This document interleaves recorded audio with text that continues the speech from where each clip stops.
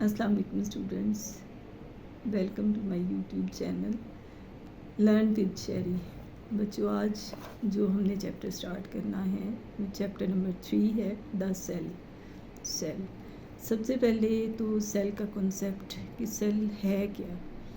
बच्चों, जिस तरह से किसी भी दीवार को बनाने के लिए, बिल्डिंग को बनाने के लिए हमें ईंटों की ज़रूरत होती है, इसी तरह अल्लाह ताला ने कुदरती तौर पर जो ईंटें जानदारों को बनाने के लिए रखी हैं उनको सेल का नाम दिया जाता है। और अगर हम सेल के अंदर देखें तो सेल जो है ना वो एक शहर की तरह है कि जिस तरह एक शहर के अंदर जो है वो मुख्तलिफ़ रास्ते होते हैं, मुख्तलिफ़ बिल्डिंग्स होती हैं, वो बिल्डिंग्स जो हैं वो मुख्तलिफ़ काम करती हैं। इसी तरह से सेल के अंदर जो मौजूद मुख्तलिफ़ ऑर्गन्स हैं या ऑर्गेनेलीज़ हैं वो अलग अलग से अपने काम करते हैं। यानी इसमें पावर हाउस भी मौजूद है, इसमें जो है वो हुकूमती निज़ाम चलाने की तरह जैसे एक बिल्डिंग होती है इस तरह से एक न्यूक्लियस भी मौजूद है।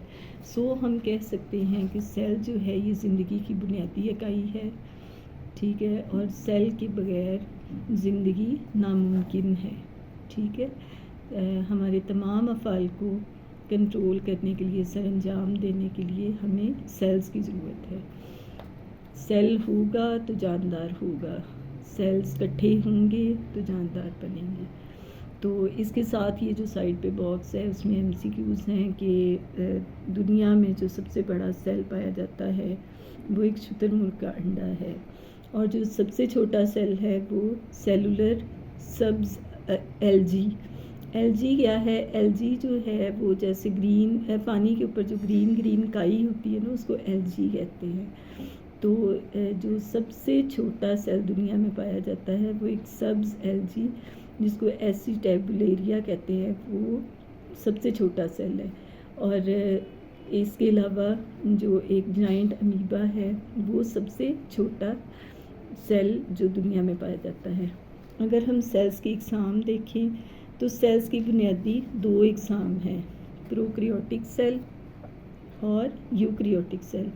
जो प्रोकैरियोटिक सेल है, ये देखिए, जो प्रोकैरियोटिक सेल है उसमें न्यूक्लियस नहीं होता, उसमें जो डीएनए है वो एक स्ट्रैंड की जो है वो फॉर्म में मौजूद होता है।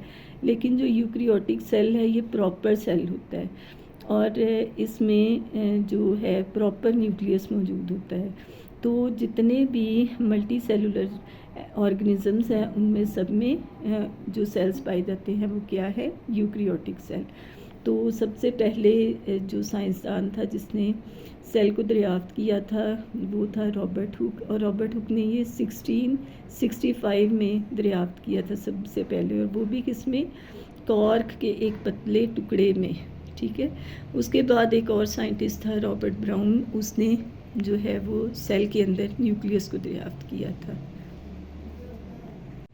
हाँ जी बच्चों, अब हम सेल के अंदर जो मौजूद हैं ऑर्गन्स उसको 1 बाय 1 करके पढ़ेंगे। तो सबसे पहले आ जाती है सेल वॉल।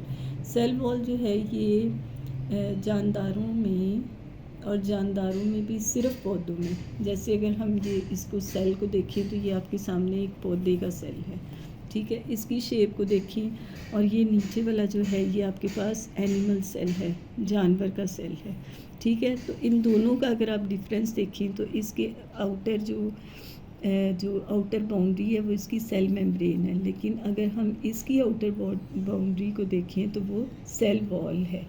ये जो आपको ग्रीन कलर की नज़र आ रही है ये सेल वॉल है, लेकिन इसकी सेल मेम्ब्रेन जो है वो अंदर है, ठीक है। तो सेल वॉल को अगर हम देखें तो ये बैक्टीरिया, फंजाई, पौधों और कुछ प्रोटिस्ट के सेल्स में सेल मेम्ब्रेन के गिर्द एक सख्त बेजान दीवार होती है और उसको सेल वॉल कहते हैं। सेल वॉल क्या करती है, सेल वॉल जो सेल के अंदर वाले अंदरूनी हिस्से हैं उनको मजबूती फ्राहम करती है, उनको शक्ल प्रॉपर शेप देती है, उनकी हिफाजत करती है। अगर हम सेल वॉल की साख्त देखें तो सेल वॉल जो है वो 3 परतों पर मुश्तमिल है। नंबर 1 प्राइमरी वॉल, नंबर 2 जो है वो दरमियान में इसके आ जाता है मिडल लैमिला, और नंबर 3 जो है वो सेकेंडरी वॉल। जो तीनों में डिफरेंस क्या है, तीनों में केमिकल्स का डिफरेंस है। जो प्राइमरी वॉल है वो सेलुलोज और हेमी सेलुलोज प्लस पेक्टिन की बनी होती है और ये रेशम की फॉर्म में होती है। ठीक है, जैसे ये जाल बनाती है, ये जो आपको इसकी डायग्राम नज़र आ रही है। जो मिडल लैमेला है ये प्राइमरी और सेकेंडरी वॉल को जोड़ के रखती है। ठीक है, इसके अंदर केमिकल्स कौन से हैं? मैग्नीशियम, कैल्शियम और पेक्टिन। ठीक है, और लेकिन जो सेकेंडरी सेल वॉल है वो ज़्यादातर जाइलम सेल्स में जो है वो प्राइमरी वॉल के अंदर वाली साइड पर सेकेंडरी वॉल होती है। और ये बुनियादी तौर पर जिस मटेरियल की बनी होती है उसमें सेलुलोज है और लिग्निन है। ठीक है, अब आप सोच रहे होंगे कि जाइलम क्या है। जाइलम जो है ये वो वेसल्स हैं या वो सेल्स हैं जो कि पौधों में पानी को सप्लाई करते हैं। ज़मीन से लेकर पौधे के ऊपर जितने भी हिस्से हैं वहाँ तक जो पाइप्स कह लें जो पानी की सप्लाई करते हैं उसको जाइलम कहते हैं। उसके बाद हम दूसरे जानदारों की सेल वॉल देखें तो उसका कंपैरिजन करें तो दूसरे जानदारों की सेल वॉल में एल्गी की जो सेल वॉल है वो सेलुलोज पर मुश्तमिल है। प्रोकैरियोट्स की जो सेल वॉल है वो पेप्टाइडोग्लाइकन की बनी होती है, जबकि जो फंजाई हैं उसमें सेल वॉल जो है वो काइटिन की बनी होती है। उसके बाद नेक्स्ट हमारा जो टॉपिक आ जाता है वो सेल मेम्ब्रेन है। सेल वॉल के अंदर, पौधों में सेल वॉल के अंदर, लेकिन जानवरों में जो आउटर मोस्ट कवरिंग है किसी भी सेल की वो क्या कहलाती है? Cell membrane. सेल मेम्ब्रेन जो है ये लचकदार होती है और मेम्ब्रेन की तरह है और ये सिलेक्टिवली परमिएबल है। सिलेक्टिवली परमिएबल का मतलब ये है बच्चों कि ये कुछ चीज़ों को अपने अंदर से गुजरने देती है और कुछ चीज़ों को अंदर से गुजरने नहीं देती। अगर ये सिलेक्टिवली परमिएबल ना हो, ये इसका जो फंक्शन है ना, ये इसको स्पेशलिटी देता है। वो क्यों? क्योंकि अगर ये हर चीज़ को अंदर गुजरने दे तो सेल तो रप्चर हो जाए, ख़त्म हो जाए, फट जाए। ठीक है, लेकिन जो इसकी एबिलिटी है सेमी परमिएबिलिटी, उसकी वजह से जो है ये हर चीज़ को अंदर नहीं जाने देती। सिर्फ स्पेसिफ़िक चीज़ों को जिन्होंने अंदर जाना होता है या जिसकी सेल को ज़रूरत होती है सिर्फ। सेल मेम्ब्रेन की अगर हम साख्त को देखें तो इसका जो बहुत ही मशहूर व मारूफ जो मॉडल है वो फ्लूइड मोज़ेक मॉडल है। फ्लूइड मोज़ेक मॉडल क्या है? इसमें जो लिपिड्स हैं उसकी दो लेयर्स हैं। ये देखिए लिपिड्स हैं, इसकी एक ये ऊपर वाली लेयर आपको नज़र आ रही है और एक इसकी ये नीचे वाली लेयर है। लिपिड बाई लेयर इसलिए इसको कहते हैं क्योंकि इसमें लिपिड्स की दो लेयर्स हैं। उसके अलावा लिपिड्स के साथ जो प्रोटीन्स लगी होती हैं अंदर, ये देखिए ये प्रोटीन्स मौजूद हैं। कुछ प्रोटीन्स जो हैं वो आर पार मौजूद हैं और कुछ प्रोटीन्स जो हैं वो सिर्फ एक साइड पे मौजूद होती हैं। ठीक है, इसके साथ कार्बोहाइड्रेट्स भी लगे हुए हैं। जो प्रोटीन्स के साथ कार्बोहाइड्रेट्स लगे हुए हैं वो ग्लाइकोप्रोटीन्स कहलाते हैं। जो लिपिड्स के साथ लगे हुए हैं वो ग्लाइकोलिपिड्स कहलाते हैं। उसके बाद जो सेल मेम्ब्रेन है ये सिर्फ सेल की ही आउटर कवरिंग नहीं होती बल्कि ये और ऑर्गेनेलीज़ की भी आउटर कवरिंग होती है। मसलन माइटोकॉन्ड्रिया हैं, क्लोरोप्लास्ट हैं, गोल्जी अपरेटस हैं, एंडोप्लाज्मिक रेटिकुलम, लाइसोसोम्स वगैरह। ठीक है, सेल मेम्ब्रेन की जो लिपिड बाई लेयर है उसके अंदर एक और लिपिड भी पाया जाता है, यानी कोलेस्ट्रॉल जो है वो भी इसके अंदर पाया जाता है। लेकिन बैक्टीरिया के मेम्ब्रेन में ये जो कोलेस्ट्रॉल है वो नहीं होता। नेक्स्ट आगे टॉपिक है जी हमारा साइटोप्लाज्म।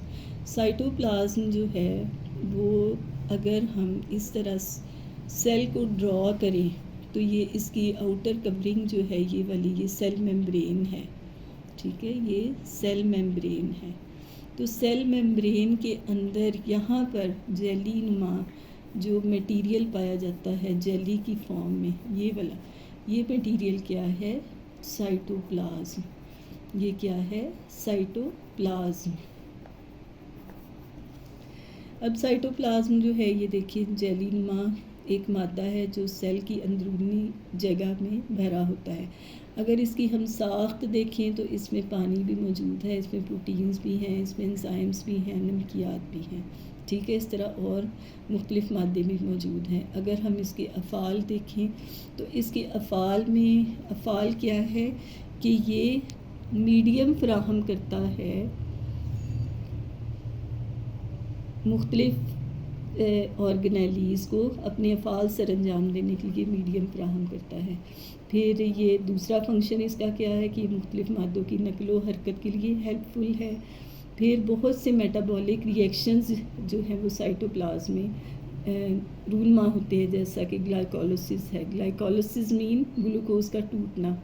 ठीक है, और ये बड़ा इम्पॉर्टेंट प्रोसेस है सेल में एनर्जी प्रोडक्शन के लिए।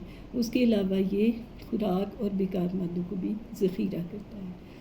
इसके साथ ही मैं आज की वीडियो को एंड करती हूँ। उम्मीद है कि आपको ये वीडियो अच्छी लगी होगी और समझ आई होगी। Thank you so much.